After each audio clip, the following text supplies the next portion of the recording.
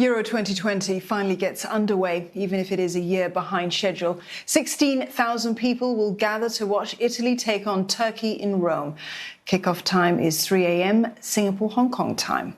The European Championship is being played for the first time all across the continent, with 11 cities hosting matches. And there are questions, though, over whether a tournament of this size can be pulled off in a pandemic. Benji Haya with this report. Football's coming home. The UK is one of 10 nations playing host to Euro 2020. In London, preparations are well underway. And England fans are getting in the zone too.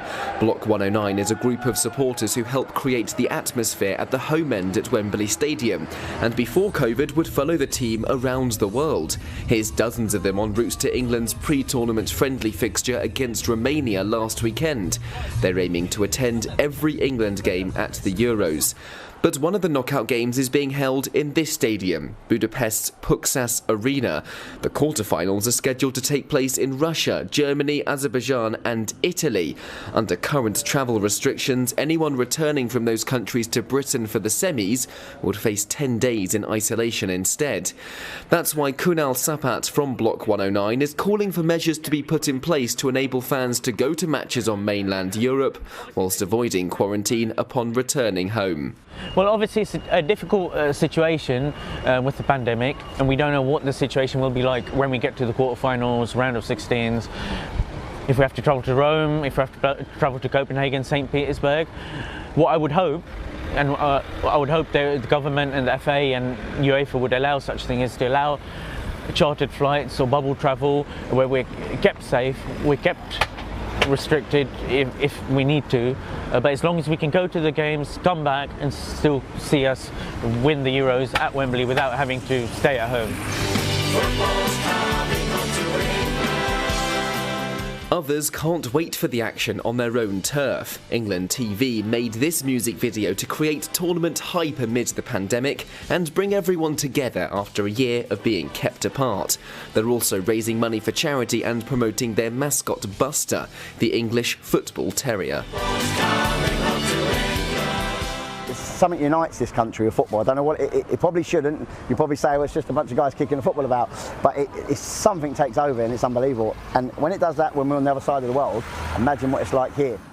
For much of the year, stadiums in the UK have been empty, or at least at limited capacity. However, the success of pilot schemes at major sporting events like the recent FA Cup final won by Leicester City at Wembley is enabling larger crowds.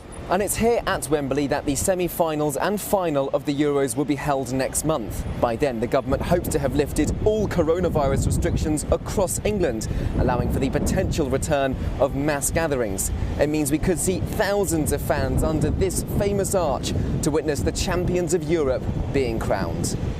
The timing, though, of the last stage of the roadmap out of lockdown largely depends on the spread of the Delta variant of coronavirus. The government insists it's still too early to make decisions on a full reopening on June 21st.